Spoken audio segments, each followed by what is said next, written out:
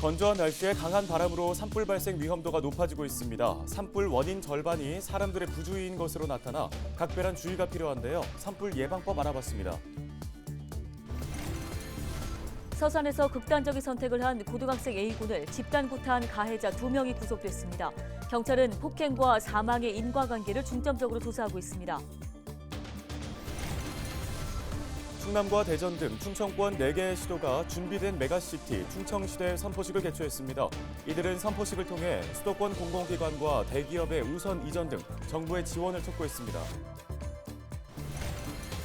아산과 서산 등 충남에서도 빈대가 출몰하면서 방역에 비상이 걸렸습니다.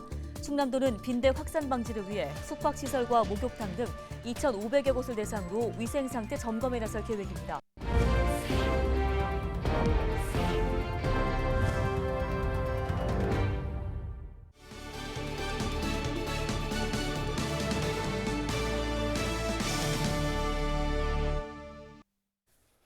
시청자 여러분 안녕하십니까? 헬로티비 뉴스입니다. 첫 소식입니다. 요즘 건조한 날씨에 강한 바람까지 불면서 산불 발생 위험도가 높아지고 있습니다. 입산자 실화 등 사람들의 부주의로 인한 산불 발생이 많은 만큼 각별한 주의가 필요합니다. 산불 예방법 알아봤습니다. 이미정 기자입니다. 시뻘건 불길과 함께 뿌연 연기가 끊임없이 뿜어져 나옵니다. 진화대원들이 산 중턱에서 불길을 잡기 위해 연신물을 뿌려댑니다. 지난 4월 홍성에서 발생한 산불 현장입니다. 진화하는 데만 53시간, 산림 1,700만 제곱미터가 모두 불탔습니다. 축구장 2,000개를 합친 것보다 넓은 겁니다. 100여 명의 이재민이 발생했고 340억 원 규모의 피해가 발생했습니다. 산불 발생 7개월이 지난 현장입니다. 원래는 단풍이 한창인 시기인데 이렇게 죽은 나무 밑동만 남아 있습니다. 최근 5년 동안 충남에서 발생한 산불은 261건, 피해액만 약 1,600억 원에 달합니다.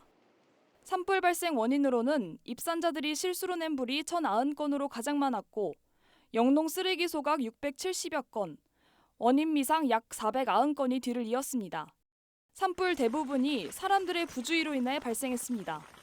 대부분의 산불 원인이 소각행위로 인한 불튀, 담배꽁초 등의 부주의에 의한 것으로 농민들께서는 농사 부산물 등의 소각을 자제해 주시고 등산객들께서는 입산 시 라이터 등 화기나 인화성 물질 휴대를 금하여 주시기 바랍니다.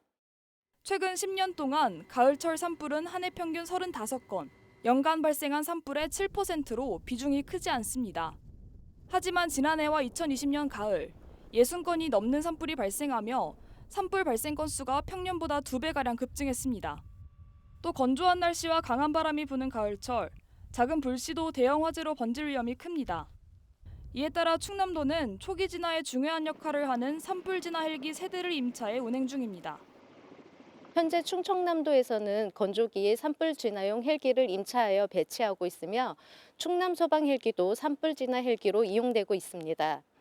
그 밖에 각 읍면 지역에 배치된 산불 진화 차량이 있으며 충남 소방에서는 최근 산불 진화에 특화된 험지 소방 차량이 도입되어 산림청도 산불 예방을 위해 나섰습니다. 12월 중순까지 산불 발생 위험 지역의 등산로를 폐쇄하기로 했습니다.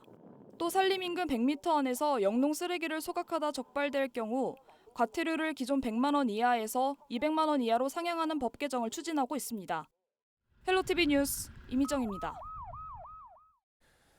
다음 소식입니다. 서산에서 극단적인 선택을 한 고등학교 1학년 A군을 집단으로 폭행한 가해자 2명이 구속됐습니다.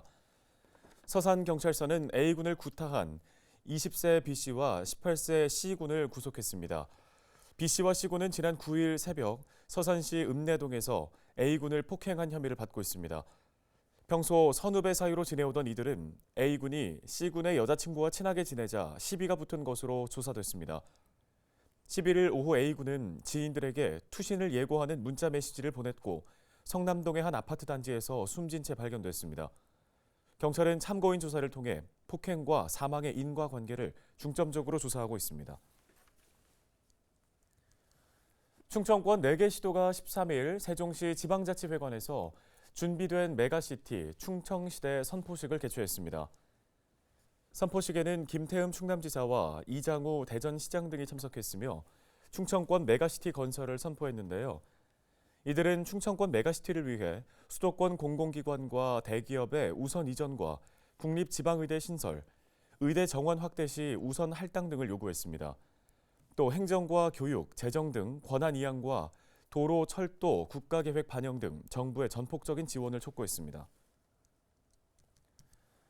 충남에서도 빈대가 확인되면서 충남도가 빈대 확산 방지에 나섰습니다.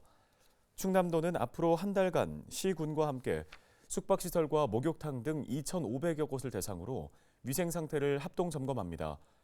주요 점검 내용은 침구 위생과 소독 상태, 빈대 발생 여부 등이며 빈대 예방과 방제법 등을 알려 자체 방역 역량을 강화할 계획입니다.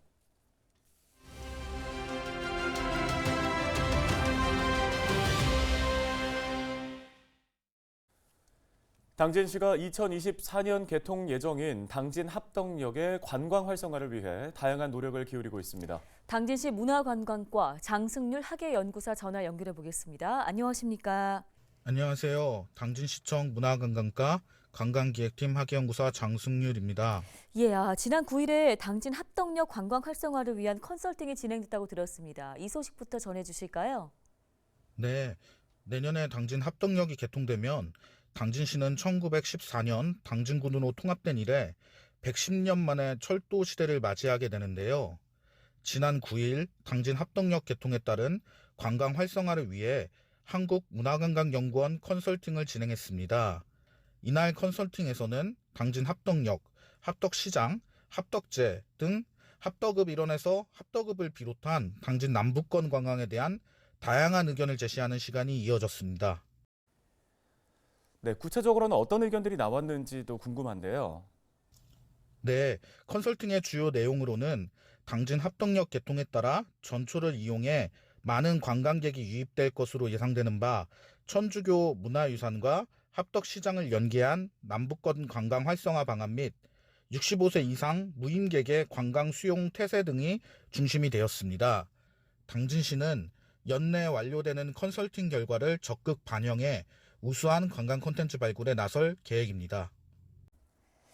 네, 당진 합덕역을 통해서 당진의 관광 산업도 좀 변화를 맞게 될 것으로 기대되는데요. 이와 관련해서 향후 갖고 있는 계획들이 있을까요? 네, 우선 철도와 연계되는 관광 상품 개발이 최우선이라 판단하여 이달 말 한국철도공사 대전충청본부와 업무 협약을 통해 코레일에서 운영하는 다양한 관광 상품의 합덕역도 함께할 계획입니다. 또한 합덕역을 중심으로 남부권 셔틀버스 및 시티투어, 장기적으로는 자전거 운영 시스템 구축 등 관광 편의 제공과 접근성 개선에도 노력을 할 예정으로 내년 당진 합덕역 개통과 함께 당진 관광 발전에 많은 관심 부탁드리겠습니다.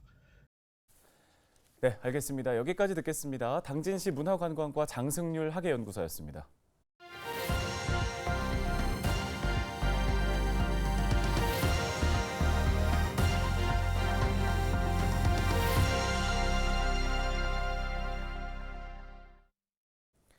지역 소멸을 막아라 케이블 TV 공동기획보도 순서입니다.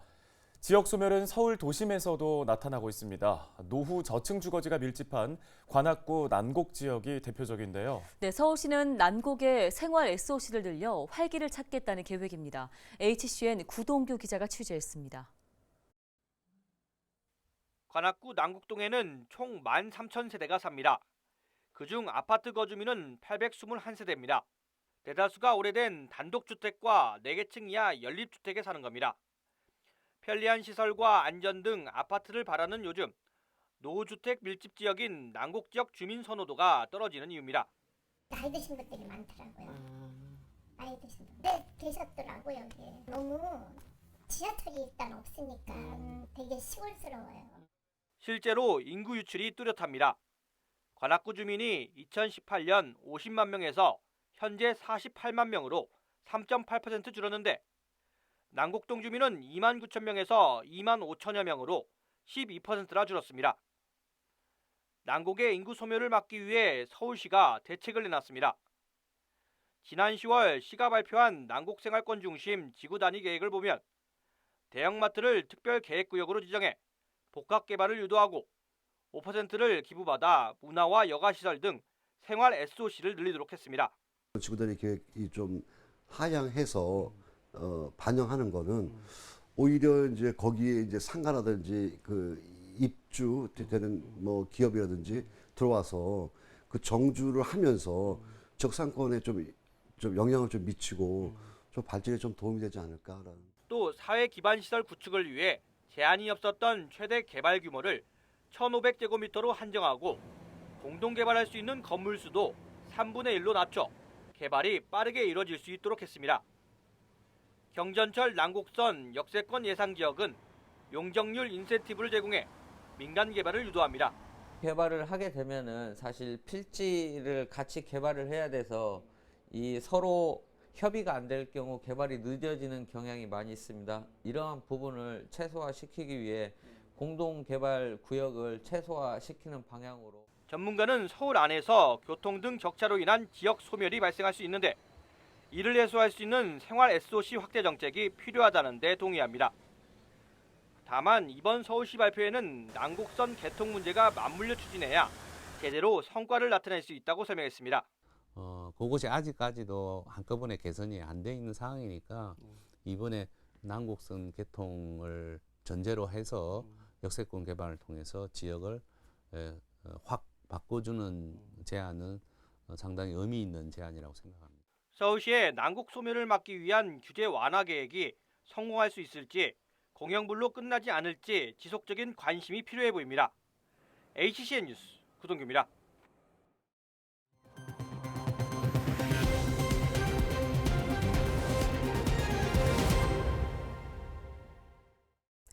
다음 소식입니다. 서산에서 영덕 고속도로의 대산에서 당진 구간 건설 공사가 계획보다 빠른 오는 27일에 착공에 들어갈 예정입니다. 이번 사업은 서산 대산에서 서해안 고속도로 당진 분기점까지 총 길이 약 25km를 연장하는 것으로 9천억 원이 투입되는데요. 목표 준공 시점은 오는 2030년이며 서산시는 고속도로 개통으로 대산공단 교통정체 해소와 접근성 향상을 기대하고 있습니다. 당진의 한 공장에서 불이 나 5시간 만에 꺼졌습니다. 지난 11일 저녁 8시 30분쯤 당진시 합덕읍의 한 목재 공장에서 화재가 발생했습니다. 이 불로 공장 건물과 건물 내 주거지, 목재 등이 불에 타는 등 1억 700만 원 상당의 재산 피해가 발생했습니다. 뿐만 아니라 공장 주인과 부인이 연기를 마셔 인근 병원으로 이송돼 치료를 받고 있습니다. 소방당국은 정확한 화재 원인을 조사 중입니다. 충남도가 식품위생법 등을 위반한 골프장 내 식품 접객업소 7곳을 적발했습니다. 위반 사례로는 건강진단과 위생교육 미실시가 3건으로 가장 많았는데요. 뿐만 아니라 소비기한이 지난 족발과 어묵을 판매 목적으로 보관하고 중국산 김치를 국내산으로 거짓 표시하는 등 모두 8건의 위반 사례가 적발됐습니다. 충남도는 불법 행위는 강력하게 처벌하겠다고 강조했습니다. 충남도가 쇼핑몰이 포함된 합동 임대청사 건립에 나섭니다. 충남도는 13일 도청에서 충남혁신도시 합동 임대청사 건립 기본 계획 수립 연구 용역 착수 보고회를 개최했습니다. 충남도는 오는 2025년까지 내포 신도시 목리 일원에 20층 규모 3개의 동을 건축할 예정인데요.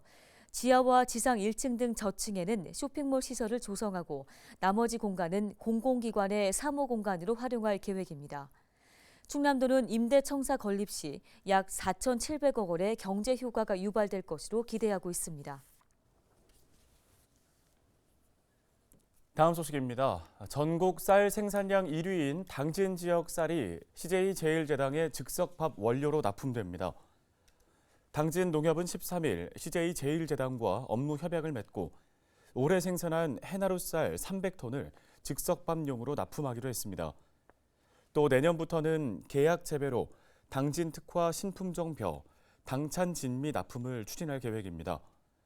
현재 국내 즉석밥 시장 규모는 5천억 원대로 추정되며 1인 가구 증가로 수요가 꾸준히 늘고 있는 추세입니다.